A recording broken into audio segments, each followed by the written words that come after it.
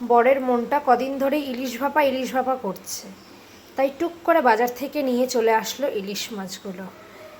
এবার এটার হবে ভাপা। মাছগুলো রেখেছি ভাপার জন্য, আর এই মাছগুলো রেখেছি ভাজার জন্য। বরের আবদারে বানিয়েই ফেলবো এই যে ইলিশ ভাপা।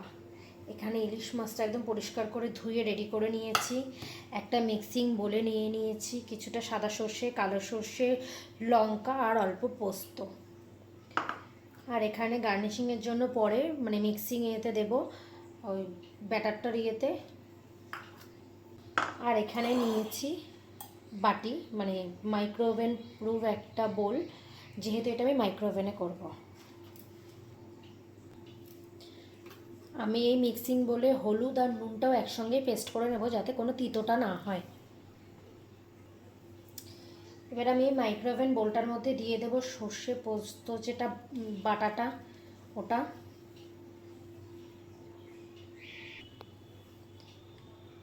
আর দিয়ে দেব অল্প জল, মানে যতটা লাগবে পরিমাণ মতো জল। আর দেব সর্ষের তেল।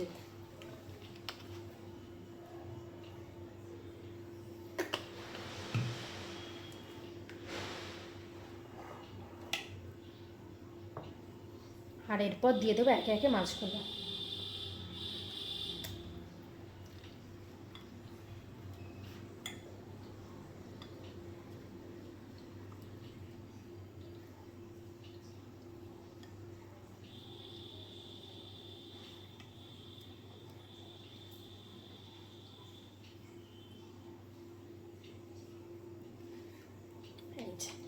পুরোটা রেডি। আর আমি এর উপর দিয়ে দেবো কাঁচা লঙ্কা, চেরা কাঁচা লঙ্কাগুলো। এবার মাইক্রোওভেনে বসিয়ে দেবো 10 মিনিটের জন্য। এই যে মাইক্রোওভেনে বসিয়ে দিয়েছি 10 মিনিটের জন্য, হয়ে গেলে নামিয়ে তোমাদের আবার দেখাবো। এই যে রেডি বরের আবদারের ইলিশ ভাপা।